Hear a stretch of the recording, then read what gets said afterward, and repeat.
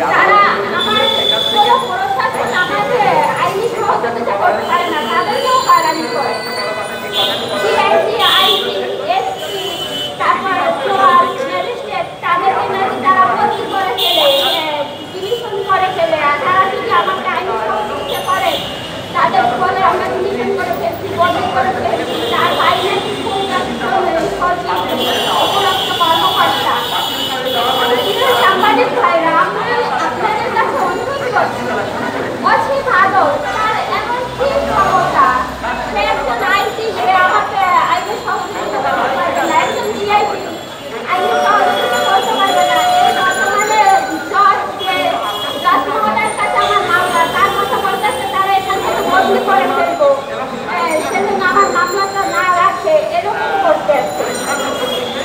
কিন্তু আমি আপনাদের কাছে অনুরোধ করছি, আমি একটা অসহায় মেয়ে, আমার মা নেই, আমি এখন এই বয়সে আমি রাস্তায় কোর্ট কাছারি থানা থেকে কেন ঘুরবো? আমি হয়তো কোনো একটা শিক্ষা প্রতিষ্ঠানে থাকবো, নয়তো আমি চাকরি করবো, নয়তো আমি একটা সংসারে থাকবো। কিন্তু আমাকে ওসি নুরুল ইসলাম ভাদর এবং তার সহযোগীরা আমাকে 1 মাসের ভিতর আর কি থানা কোর্টে কাছারিতে ভর্তি হয়, মানুষের ধারে ধারে ভর্তি হয়। আমি যে একটা চাকরি দিব সেই সময়টুকু আমার নেই, যেহেতু আমাকে সে 1 মাসের ভিতর 10-15 দিন ছুটি দিবে। আমার পড়াশোনাটা ওসি নুরুল ইসলাম ভাদর বন্ধ করে দিয়েছে। যে কোনো মুহূর্তে এখন আমাকে ওরা মেরে ফেলবে। কিন্তু আপনাদের কাছে অনুরোধ, আমি জানি নুসরাত হত্যা মামলায় আপনারা যদি সহযোগিতা না করতেন ওরকম কেউ ন্যায় বিচার পেত না। কিন্তু আপনাদের মাধ্যমেই নুসরাত হত্যা মামলায় ন্যায় বিচার পাওয়া হয়েছে।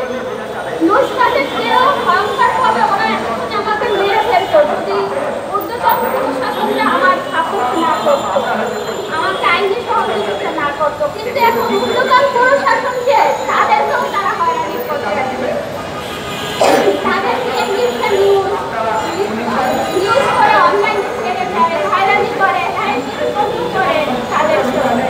কিন্তু এখন আমি আপনাদের কাছে অনুরোধ করছি, আপনারা বিষয়টা একটু দেখেন এবং সবাইকে জানিয়ে দেন ওরা আমাকে যে কোনো মুহূর্তে মেরে ফেলবে। কিন্তু আমি মৃত্যুর পরে যেন ওদের ন্যায় বিচারটা আমাকে মারলে যেন আমি ন্যায় বিচারটা পাই, এটা আপনারা সবাই সহযোগিতা করবেন। আমি এই আজকে আপনাদের সামনে দাঁড়াইছি আপনাদের ছোট কর্মী হিসেবে, কিন্তু আগামীতে আমি নাও দাঁড়াইতে পারি, যাতে ওরা আমাকে মেরে ফেলবে। আমি একদম ভয়াবহ তাই করতে এসেছি, ওরা যে কোনো মুহূর্তে আমাকে মেরে ফেলবে। আমার মানসিক অবস্থা যে এতটাই খারাপ, আমাকে